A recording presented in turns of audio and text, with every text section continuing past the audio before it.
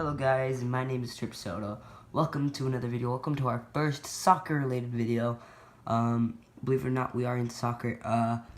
Today I'm going to be unboxing and reviewing the Nike Superfly V, which is very exciting. I'm very excited to look at this boot, play with this boot. So let's get right into it, shall we?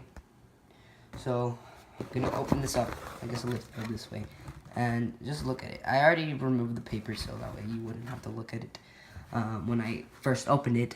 But let's take the boot. Let's look at the right boot, because the right boot is absolutely, I am a righty and I absolutely love this boot. I actually wore it already to see how it would fit. I am a 10.5 in men's, and this is a really lightweight boot automatically if you ever feel it. It is extraordinarily beautiful. I mean, it looks really nice, especially the high sock edition, because there are the normal versions of this boot. But this boot costs, it's not the cheapest boot around there. I mean, there are options are way cheaper than this, and are good quality still. But this one costs about $300, but I got this one for $180. It really depends on the type of place you get them. You can get them straight from the Nike store. They'll custom make it for you, and they'll deliver to you in several weeks, and you can get it from there and make sure that one's real, because sometimes there are a lot of boots that look close to the finish of the original products but aren't actually real. They're fake boots. That's a very big controversial topic when it comes to soccer cleats and stuff like that. But the Nike Superfly V is actually a really easy, it's one of the easier ones to identify whether it's real or whether it's fake. Let's take, for example, really good easy way to figure out whether your Nike Superfly V is real or fake is the swoosh on the inside of the foot. Like if you look at the right boot, the swoosh on the inside of the foot, it should be smaller, because a lot of times the fake companies make the swoosh on the inside really big, and it might be like crammed up next to the ACC little sign right there, but it should be pretty smaller than the swoosh on the other side of the boot. It should be like, this is the one on the outside, and this is the swoosh on the inside. Also, the sort of color, and this one's easier to tell on the black and red, bright crimson red Superfly V, because it's black here and it's different tone. You might not be able to pick it up very easily on the camera, but it's a different tone in real life, right here. And a lot of times the fake version of the boot will be the same color, it'll be a solid color, and that's because the Flyknit sort of original Flyknit for Nike. Also right here, this Flyknit design right here usually doesn't come up on the fake boot. It is really hard to copy this sort of Flyknit design. It should like blend into the sort of plastic outside on the back right here. It should like very evenly, very nicely blend in, while the fake boot will very likely have like its solid color, and it won't look nice. It would look very ugly and won't look very good.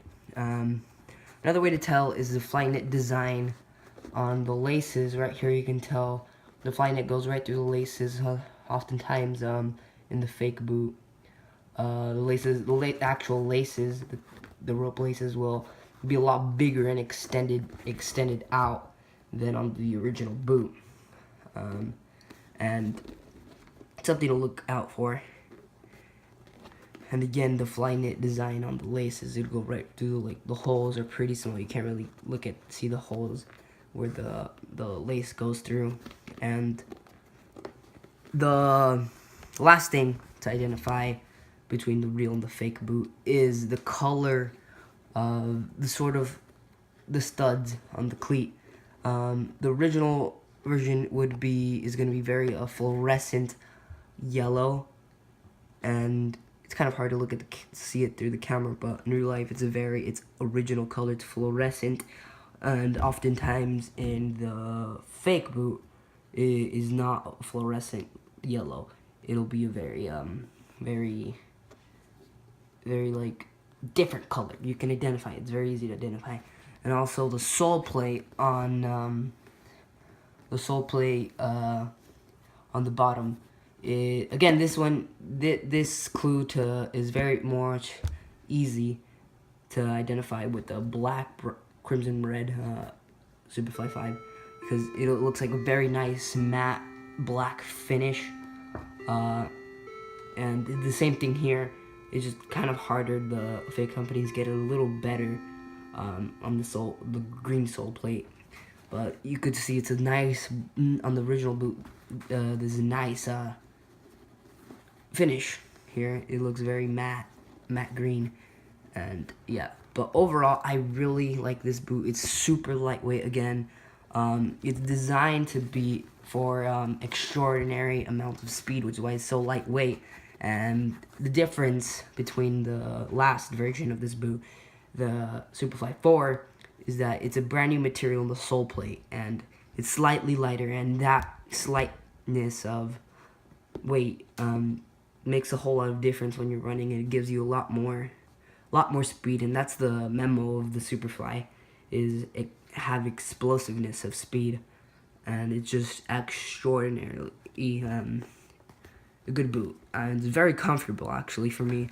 I know some people, personally myself, have a sort of wider foot, but if you get a size that's slightly bigger, this fits me a little loose at the end, the toe box, but it's still very comfortable. Especially in soccer, you're most likely going to be playing with double socks. You're going to be using your normal socks are probably going to reach about to your ankle, and then, or maybe slightly less, because this one has the high sock edition. And you're also going to be having your shin guards on, as well as your high socks that are part of your team uniform.